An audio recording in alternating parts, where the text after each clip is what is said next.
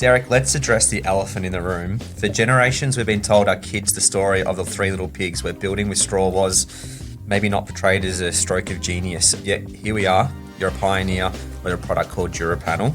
So tell us, what did the big bad wolf not understand about modern straw construction, and how are you proving him wrong?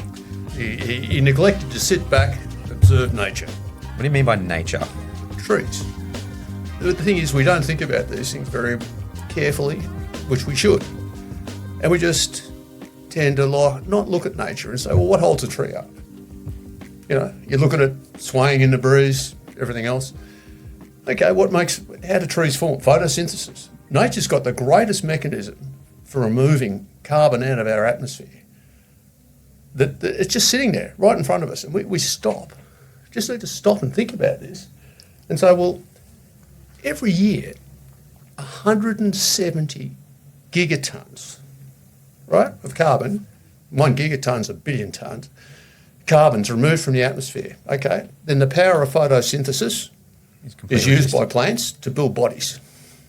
That's how we get our food. That's carbon. And what do we get in return? Beautiful, clean air. Okay, yeah. Now that's all happening. Now, with photosynthesis, of course, they want to build a body, and there's natural polymers through the process of photosynthesis that forms hemicelluloses, celluloses, starch, lignin. All of these naturally occurring materials bind together as a glue to let trees stand up and resist storms. It's just taking me back to my science biology class days. I'm trying to remember the calculation of photosynthesis. We forget this. Yeah, we learned this in year 10 biology. Yeah. We've all of a sudden gone to, what's the statistic? We use that much concrete in the world. We build the amount of a Manhattan and New York per week. It's so. Which is completely the opposite of what is happening here. It's crazy. But you look at wheat crops, you know, and you look at them growing, or rice crops. You look at food, you know, again, photosynthesis, okay? These plants are feeding us, and then we get a byproduct after harvest, and that's sitting there in a field. Now, all of that biomass that's done all the work, it's a natural drainage system for carbon in the world, right? It's nature's got this all figured out. Those crops are standing there. And what are we doing at the moment globally with after harvest with things like wheat, rice, sugarcane, these types of material? What do we do? Put them in the bin. No, we're burning them. So then we're actually creating carbon. Correct. Now, this is the opportunity for the great interrupter, right? The biggest opportunity for us exists right now, and it's starting to get recognised, the biogenic carbon cycle, naturally occurring. So that's what your product is. You're practically so what I'm understanding is you're turning waste that'd be burnt into a building material. Correct. Just using basic chemical reactions. We sit there and we try and think about all these new crazy innovative ways to do stuff, and I know my brain constantly does this, and I'm sitting here listening to you, and it's almost if the answer's there. The answers are there already. Nature's doing a really fucking they've kind of been there for since you think about it, this is where we've done, you know, you think about the Industrial Revolution, right? 250 years ago. 250 years ago, we invented steam engines, right? And steam engines were basically one of the big inventions by Watt. But the steam engine, the first one designed, was a pump. And the necessity for that steam-driven pump was to remove water from coal mines so we could drag out more coal. Well, we've been using peat and coal for 6,000 years for burning to keep warm. Peat's used to make whiskey. Oh, yes, I don't mind a dram of that, actually. Yeah, what do you... What's your time? I love whiskey. It's my... I love everyone. This is so off topic. We actually talked about this on the phone the other day. Anything out of Tasmania, I love. Look, a single malt. I'm rather fond of a single malt, to be quite honest. There's some beautiful ones out in Tassie. Absolutely insane whiskies. A lot of good things come out of Tassie, including Bob Brown. Absolutely. Absolutely. Are you an engineer by trade? I'm trying to, because you're so charismatic. You've got such a science background. I'm sort of trying to work out. I think in many respects, I've worked with the product all my life since I was 24 years old, this particular product. So you designed this product? No. Okay. Like most This is good actually a things really in life, interesting story, actually. Yeah. like most good things in life, I've had the good fortune to develop what was a good idea and move it forward. It's like, I think this particular manufacturing process, which I first saw when I was 24 years old, quite a long time ago. Yesterday, wasn't it? I'd like to think so, but no. But yeah, no, I was only a kid, but I first saw that, and I've always loved nature, but that's when I first saw it. And I worked for a public company in Australia, Strummett Industries. Yeah. And I went up to the manufacturing plant in Bendigo, and I saw this process for the first time when I was 24. So, well. Okay, a long time ago. Very loosely compacted panel compared to what it is today, but that, for me, was the fire that's burned ever since. To say, how can I improve this? How can I re-engineer it, make it better? You know, I've always loved building things and making stuff personally. That's been a passion for me. It's all my life. And to be in nature at the same time, to say, right, okay. I've been fascinated by what nature does since I was a kid. So how do we get this in more buildings then? Because I sit in this podcast studio and I honestly, like, watching it go together yesterday, I'm like, understanding the building of it. And then they shut that door once it's all done. I'm like, whoa. You know, before you answer that, I would love just a little bit more context of what this is and how it gets to this. Because now we touched on it before. It's potentially a waste product. Yep. But what is this? And I'm pointing to this. Durra Panel. Yeah. What is a Durra Panel? Well, it's basically biomass. And I was talking earlier about what holds trees together and gives them structural capacity, strength, you know, to withstand forces. Now, is that lignin? That's it. Yeah, lignin combined with cellulose, hemicellulose, starch. These naturally occurring materials are in the biomass, which is the wheat straw, the waste material after harvest. Now, those materials are unique in that when you apply heat, and I'm talking about 220 degrees C, quite a lot of heat, and extreme pressure. We work at around about 60 tonnes per square inch in the old vernacular across the work face of the panel. So it's enormous pressure. And combined with a naturally occurring moisture content in the straw, the raw material gives up that lignin, which helps fuse the panel core together. So it creates like a glue. There's no glue, but there's a glue. It's like a naturally occurring polymer. Yeah. Now, the beautiful thing is there's no additives at all. I mean, that's it. It's a dry extrusion process. It's like it's too good to be true. Well, as people say that, and they go, oh, yeah, I hear what you say, Derek. I hear what you say. Well, I say, well, come up to our factory and have a look for yourself. Because they always say to me, what are you adding to the panel? I'm saying nothing. I watched them cut it. There's off-cuts that I was looking at, and I was playing with it yesterday, and I'm like trying to compress it, and I'm playing, and you know when I know Julie spoke on a podcast, you're a kid for the first time, and you stop and you just examine that thing, and I was looking at it just being like, my brain was sitting there going, so why isn't this everywhere? It's crazy, isn't it? Well, it sort of is, but it's been around in Australia since the late 1950s. And that's when the technology first was introduced here. And that originally came out of Sweden. That's the first thing. It was after the Second World War, when building materials were in short supply. Okay? Yeah. And then people looked to what was all they had that was available was natural materials. They were growing food, and here's a byproduct that they were burning, the straw. Now, you think about it, straw roof, thatch roof on houses. Okay? You can use straw on the outside of a house, and as we're doing with straw bales, which is great technology, and you're rendering it. So, I mean, it's been used, that thinking, for years, but we tend to lose sight of it because we're getting, you know, with the Industrial Revolution, we got told that, okay, petrochemical products are good for us. That's the way forward, guys, you know. It's funny how it's now 3, 4, 5, 6. It's natural building. Everything is natural building. And I think we are just at the surface, like we're here, and it's just going to go. Well, see, the product, when it first was, I'm going back to the 60s and 70s, this product, one of the first major projects, which I think set things in stone for the future, was Tullamarine Airport in Melbourne. That's all covered in Durra Panel and Durra Steel sections. Wow. Right? Every major airport in the country uses this material somewhere for noise control. Is it being more used in a commercial setting at the moment compared to residential? Historically, when it first I think I'm going back to my first time when I was around 24, or when the sand belt was being developed around, Beaumaris, Blackrock.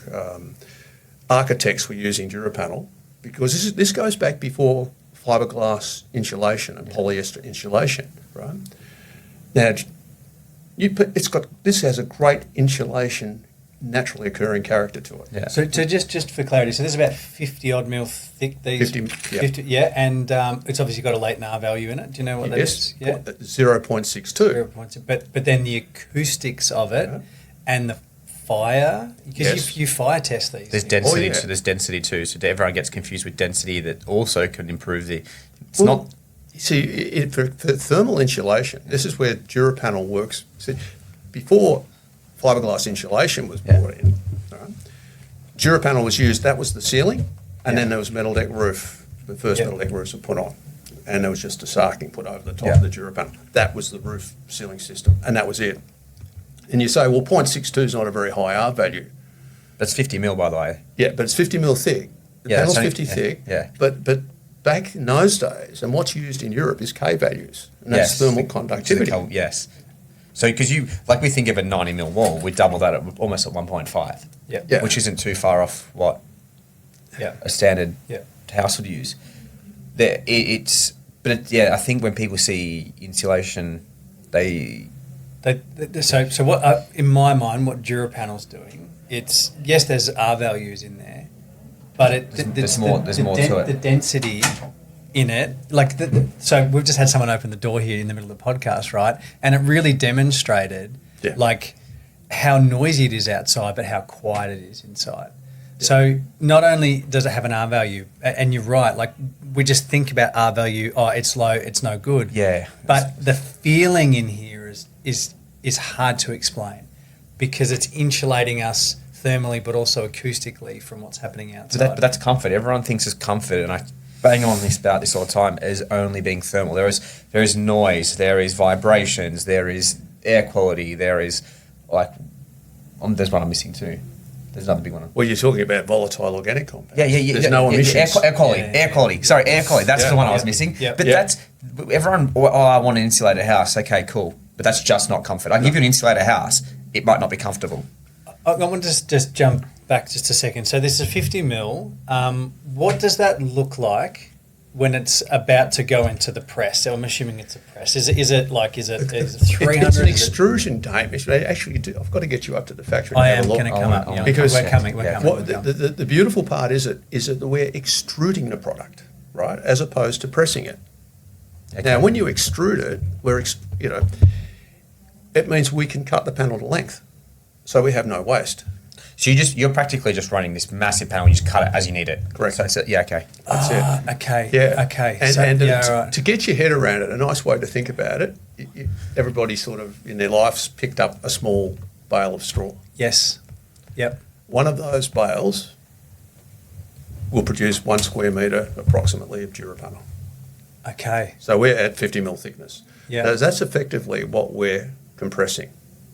Yeah. All right. So that's a nice mental image of what's in here. Can you do thicker? Can you do a 300 mil one if you wanted to, or are you limited to heights? Well, you can, but you've got to go back to the basic premise from an engineering perspective of what we're doing. Okay. You're not trying to please the whole market. We're using such high pressure to get this to work. Yeah. We do two thicknesses, 50 and 58 millimetre thickness. Yeah. If we go too thick, all of a sudden you can't lift it. Yeah. It's too much weight. It's heavy. Okay. So where my brain was going with this is why isn't this in, say, a SIPS panel that is and you can just double them up because we lift it by crane anyway. Why couldn't you have 100 mil of that and then we just, as a prefabrication method for construction, and then start whacking them together? People are thinking about that, and you could certainly do that. You could certainly make a panel, assemble panels of this pretty much like a precast panel. Yeah. And you could do a build-up and say, right, okay, Durra Panel, some thermal insulation to satisfy the NCC requirements for R values. Yeah. And you'd probably have a stress skins on the outside to give to give a shear face, shear force, and depth. Yeah. So you can structurally the thing will perform and be load bearing. But you could certainly do that and have a SIP panel using Durra Panel as a component within that SIP panel. Yeah. I think that's done in the next 5 years. Something's happening. Something- We've got I our just- friends from Fenster and Panel here at the moment, and I'm constantly chatting with Dave Yeah. about the core because we Yeah. build a lot of SIPs projects, It goes- and it's got an EPS core in it, It goes back to your petrochemical and thing. it bothers me. It does bother me. It bothers me, but also I'll give you a simple analogy. This is fantastic rammed earth builder, right? We've all been in rammed earth homes. Yep. We know how good they perform. Mud brick, rammed earth. Okay, they work beautifully. What does the NCC make them do to be compliant? Performance solutions. No, they make them put some a styrene panel in the core just to satisfy the R value, Yep. right? Yeah. If you ever cut styrene on a building site, you guys know what it's like. Oh, yeah. You get microplastics everywhere from Yep. the cutting of the styrene. It's just So disgusting. they're using this now? Why can't you put this in the middle? Well, you possibly could. as a thermal break. Yeah. Like why? Like, but it'd be better, people like to look internally of the mud brick, but a lot of people we're finding now are looking, say, with straw bale construction and Yes, things like that. Yeah, it's great insulator, but it's not well engineered as a finish. it's also You could line this with Durra Panel. Say you have a straw bale, that does your insulation. Say internal finish could be Durra Panel walls, Durra Panel ceilings. Yeah. Can you get like a plaster face, like essentially? Could you just screw this on like plasterboard too? And Yep. Yeah. And you can so maybe I'm pointing behind me here, so maybe just talk through this. So what's the finish that's on top of this now? It just sort of feels like paper. That's just a recycled craft paper liner, and that's around about 300 grams per square metre. so you could actually remove that and not have that on there if you wanted to. No, you need that. Is that for that? And that's giving you the strength to hold Yeah, everything. because the Durra Panel is in essence a stressed skin in its own right. Yeah. Because we've got a Durra Panel core of compressed straw, Yeah. and during our manufacturing process, we're laminating like the recycled craft paper liner onto the finished panel core, top and bottom. Yeah. Okay. So then you're getting a stressed skin beam coming out of the Yeah, okay. machine that's 1,200 millimetres wide. So if you removed that, there'd be risk of it Yeah, popping? Is that right? in manufacture, sometimes we it do just wouldn't have work for you guys. things that go wrong in manufacture. Yeah. We might get a craft paper breakage, Yeah. and the panel literally explodes out of the mouth of the machine. There's Yeah. just straw grows everywhere. You don't want it happening. That'd actually be kind of fascinating to see. It's like confetti. Well, you can imagine we're working at 60 tonnes per square inch Yeah. pressure, Wow. and it's just straw goes everywhere. So tell me about some of the applications. And I guess this is kind of a bit of a loaded question because I kind of know this already. Yeah. So we're linings, and I'm correct me if I'm wrong. We can use this for internal walls as well. Internal walls and external walls, and I mean, there's been, certainly with COVID times, there's been I think a big growth industry has been in steel frame constructions, which I think is a great thing. But this is where you get elements like steel frame construction. The big problem there is thermal conductivity. Yeah. You've got to stop I've been very heat vocal about energy this. going through. Because I was Now- talking to your team yesterday So- about how do we prevent this? So you just put Durra Panel, and this is what people have been doing. There's a big project called C Street, which was highly successful. With kin. Yeah, that's it. Yeah, and That's a great and they project. put We that need to on get them on. outside, and the thermal conductivity of this. Again, we were talking about K values. Yeah. Now, this is what should be considered, and it's not considered by the NCC currently. Hopefully, it will be. NCC's crap. But the fact we have a national construction code that every single state, it's different. It's not national then. They don't. Yeah. As long okay, tick box point. This tick box for R values, but this has a K value, like a 0.081 watts per metre K, and when you see a fire demonstration, if we put 3,000 plus degrees of oxyacetylene on the panel, Nothing happens. you can hold your hand on the other side of that panel. You You did don't some feel any testing. heat for you don't feel any heat You at did all. testing with RMIT, and didn't you do this for like 3 hours, and the difference on the side was only 50 degrees? Was that something like that? Yeah, we did full-scale bushfire testing on the product with CSIRO at Mogo on a complete Durra Panel box for housing and building in bushfire areas. Yeah. And the product passed that test. Yeah. Wow. Now, that's huge. And over I think it was after an hour, the temperature from the inside to the outside, the temperature inside only went up, I think it was something like 3 or 4 degrees C. Wow. And that's for the duration And it's of pretty the much test. placed in an oven. It's placed in a fire. If Yeah, you look yeah, at that yeah. It's higher than Mogo oven, Syro yeah. testing, Yeah. It's actually propane torches all around the building, and the building gets totally immersed in fire, like a proper fire. Was this post the 2020 bushfires? This test was done last year. Yeah, I think I remember seeing it on social media. So why does- maybe Yeah, Joost Bakker, Joost, yeah. Joost, yeah. Yeah. So what? Because you go back to this. Like I did question your team yesterday when they're putting like, how do we eliminate like the metal now if we're going to try to use it externally, and so we don't have the thermal bridging? Well, you just get rid of that, and you just put biscuit connectors in there. So And just screw it to a frame. and screw it back. That's it.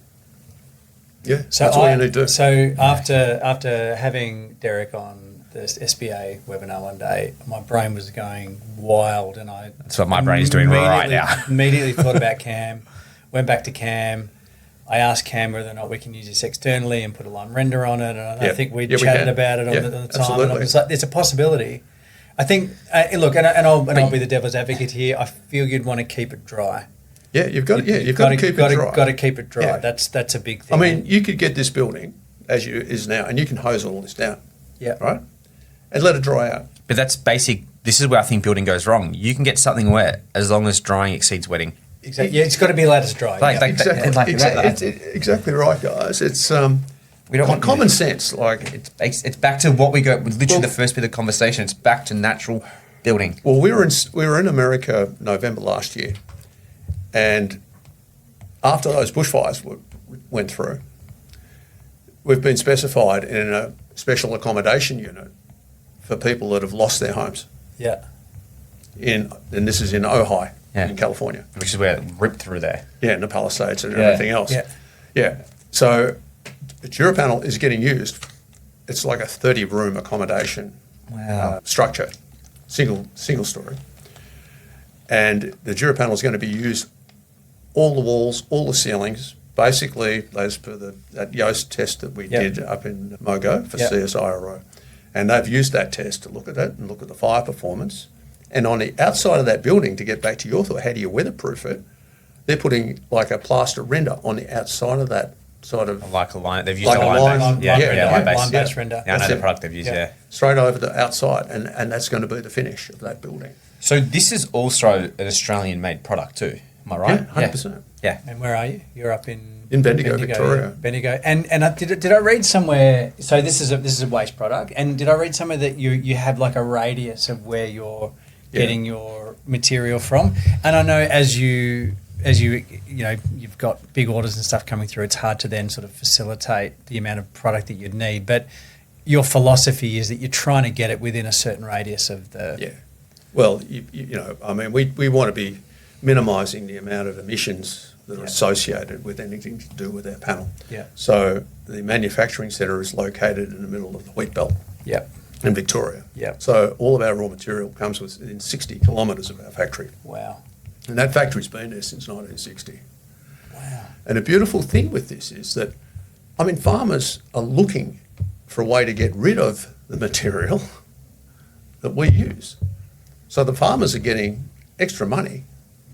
So For what? you're buying it off them? We're buying it from the wow, farmers okay. and from the straw contractors, because farmers might do a deal with the big straw contractors with the big equipment, and just they get X dollars for a paddock of straw.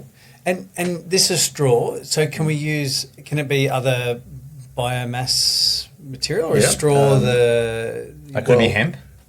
No, hemp doesn't have the correct makeup and ratios of lignin, hemicellulose, cellulose, starch to do that job. To do what this is doing. Yeah, correct. But hemp can do. Hemp is, if you mix the hemp with a binding agent, Yeah. fantastic. Then you can build like Yoast is doing at the moment. Then you can build furniture, beautiful furniture and things like that. There's a big school that's been done, all Durra Panel and all hemp furniture and things like that I've internally. actually had the privilege of seeing some of that product at Jeremy McLeod's Breathe office in Melbourne, and they've got a desk there, and it's beautiful. Yeah, It's beautiful. Yeah. Like, why isn't this everywhere? Well, why would you be chopping down trees? This is my argument. Why are we chopping down trees for paper manufacturing? Yeah. Why aren't we using biomass When we can that's literally sitting out I can there. write on this. And then we're burning it yeah. Like and releasing the carbon. Yeah, so get we're back to destroying nature's. Mate, nature's got the machine going, and we're going in we're there. just fucking everything up. Okay, Yeah. so there needs to be a particular compound within that biostructure, if that's the word, of It's the like material. the molecular structure of Yeah. the material Of the material, itself. yeah. Yeah. Yeah, okay. And with the hemp, and we've looked at trying to do it with the hemp, and it just won't work. We have to add chemicals. Is to that to the same make as it work. corn? Would corn be the same? Like Yeah, maize? corn is the same. Sugarcane, we've tried using sugarcane. The best materials that we've found are rice crops, Okay. and you know we make the machines that make the panel, and which I don't want to digress, but it's an interesting thing that after the Boxing Day tsunami went through and Sri Lanka got devastated, we licensed our manufacturing technology to the major construction firm in Sri Lanka. Yeah. It's ICC, International Construction Consortium. Yeah. And we transferred the technology and made them a machine, Yep. provided all the training, all the resources. And after the Boxing Day tsunami, all of their rice crops were used rather than being burned, Wow. got taken to the factory, manufactured Durra Panel, and then rebuilt the houses. The farmers doubled their income. So think of the social benefits after that devastating Yep. tsunami. Okay, this is back in 2006, I think. Yeah. Yeah, and the factory's still That's going 20 years strong ago. today. Yeah, 20 years ago. So what always blows my mind with stuff like this is like, this is not something that's come out post-COVID, had time to think, we got an extra bit of money, we're going to invest it and just blow it up. It's just something that's been happening for a while. It's like it was a product from the future here in Australia. And then we've seen so much indoctrination and so much greenwashing and everything else associated with petrochemical materials, whereas this thing's just been sitting there quietly. And, okay, all of a sudden now, it's very, very relevant. And so this is probably an interesting little segue. So are you finding, obviously Durra Panel's been around for a long time, are you finding there's a much bigger social pickup of it today? Like, are we ready for products like this to be much more relevant? More and more. In the market, yeah. More and more. I mean, that school that was built at Woodley, Yeah. Woodley, all the barriers went away with that school, right? Yeah. It had a great architect Yeah. that embraced the materials. Yeah. Okay? He embraced them. Yeah. The school embraced the materials because they wanted the outcome. They wanted to demonstrate, well, this is the future. Yeah. This is what we've got to do. Yeah. We've got to use these sorts of materials. That project was a win-win-win for everybody, including the fact, this is the only time in my history that I've ever known a builder give the client money back because he saved money on the build, okay, over what he thought it was going to cost him. He thought it was going to be this, and it came in less. And he returned money to the school. Wow. And Joost was involved in that Yes. project, wasn't he? Yeah. Yeah. So And I don't want to digress too much with Joost, and I've been a really big fan of Joost for a long time because I feel, now I don't agree with everything that he says, right? But I think that's okay. He is pushing the boundaries of what we think about a building should be. Yep. And I know we've had some conversations in a group chat about Joost before, and I really genuinely hope we can get him on here. I love him because he pushes the boundaries, because he actually makes you think outside the little bubble that you operate within. We think about this, we operate in this building physics thing. He champions steel frames. We're like, well, we don't want steel frames. Yep. He champions alternative building methodologies. We kind I of think we do too, though. we do, but I feel like, it takes a flower farmer to think differently in this industry that we're in, and we need that to create change. Well, they always Yep. say, like, people coming in from other industries always question why the industry's done a certain way. Shake it up. So, like, because we're doing our house, and Nicole coming in, she's in marketing, my wife, and then coming into the building industry to like build a house, and she's around my building business anyway. She's like, "Why is this done this way? Why is this done this way?" Yeah. And you're like, "Oh, I never thought about that. Like, why does that take so long?" And you're like, "Yeah, that's just and that's where it goes back to the conversation around, like, with you guys, is like, I've just got why. It's a nice circle back to the fact that this has been a product since the 60s, and it's still here. It's still relevant, becoming more relevant now, and we've tried to solve all these problems that we've created ourselves, and the answer's here. Well, I think we just need to look at it, and architects need to, I think, have more of an approach like those that the Woodley School had. And so it said, well, okay, it might not be the perfect colour that they want, or it might not be the perfect finish that an architect wants, but hey, this is a perfect material that we need. That's okay. What is that? What's that Japanese saying? It is what it is. It is what it is. It is what it is. And Embrace there's it. actually a saying, and I was chatting with someone about it yesterday. The Japanese have these amazing buildings which have been there for hundreds of years, some hemp, some charred timber, and they're embracing the imperfection of that building material. Yep. And they have a saying, it just is what it is. I couldn't put that better myself, Hamish. I mean, it's perfect. I mean, this product was, we worked closely with RMIT with testing for years. And recently, one of their researchers wanted to do fire testing on Durra Panel. And the fire testing went so well on this Durra Panel. And this was bushfire research. And he wanted to do more work on it. So he said, can I do a study or work with you just to produce a study on Durra Panel? It's been around for so long, exactly like we're talking about now. It's been there for so many years. Why haven't we embraced it? And there is a thing, people say it won't last, like the Three Little Pigs. They go, it's not going to last. So what he did was, he said, do you know an old building that I can pull some panel out of? I said, yeah, we can do that. Anyway, in our factory, we've got Durra Panel that's over 50 years old, over half a century old. So we pulled the panel out, he took it back and tested it, did all the comparison testings with product that we make today. Now, the product we made today is stiffer and stronger, but the product that was over half a century old had lost none of its mechanical properties over that half a century of real-world use and ageing. Now, that says it all to me. We need to wrap this up. I've got to get on stage to do a moderator panel in 5 minutes. But I've got... You're a man of many talents. I know. I've got one question that I want to finish on here, though. Yeah. Is why are you so passionate about this? Wouldn't it just be easier just to not care? I know it's right. I guess that's the biggest thing. I mean, I've invested myself in nature since I was like a kid. Yeah. I've always liked being in nature, and that's my place, personally. I'm always happy. I was happiest being in the surf, sitting out there before the sun came up. You know, I don't care if I was on my own or with my mate or whatever.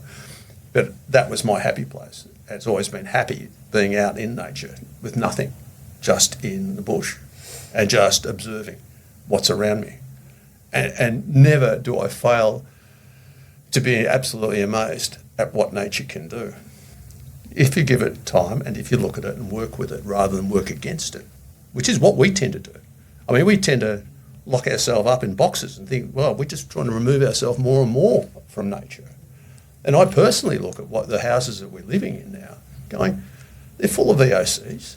You look at all of these diseases. And when I grew up, we never had all these ADHDs, allergies. And I think we're a product of our environment. Rather than closing our windows and our doors and, you know, putting on the air conditioner, going, hey, mate, look, just open them, bring nature in. But I think it's coming back, biophilic design. That's the word. Well, but biophilia has to come It's- into it. And I think that's a really beautiful way of answering that question. I think it's a great place to finish it, like just embrace nature. Well, I think it's embrace nature, and to me, I feel like, you know, I've had a stewardship almost position to look after this technology now, and I've got all you guys, you young crew that are coming around, and the young crew at our place, you know, and I'll probably be, you know, working life another 5 years or so, but there's a passionate group of people that I've got. I'm so fortunate to have them working with me, you know. And your family's in the business Yeah, too? I've got family in the business met your as well. son, Yep. Yeah. Well, yeah, he's been with me now in the business for almost 15 years now. Wow. Look, I would love that passion to continue because, like, you I think it will. I don't think you love it. I I don't- can see I it's don't- happening. I can just yeah. see that it's happening. Yeah. Like, I don't Yeah. think there's any, like, I hope. I'm pretty confident it will. yeah, amazing. Look, thank you, for Yeah, letting Derek, us yeah, do do this this. in this This is awesome. space and to even have you here, you know, in front of the Durra panel talking about the product. And I feel like we're going to see a lot more in these Look, programs. mate, I thank you for the opportunity, guys, and I mean, you guys are the future, Yeah, we know. you know, That we are. and we've all got a responsibility Yeah. to look after our planet. So Amazing. let's spread the word. Thank you. Derek, thank you very much.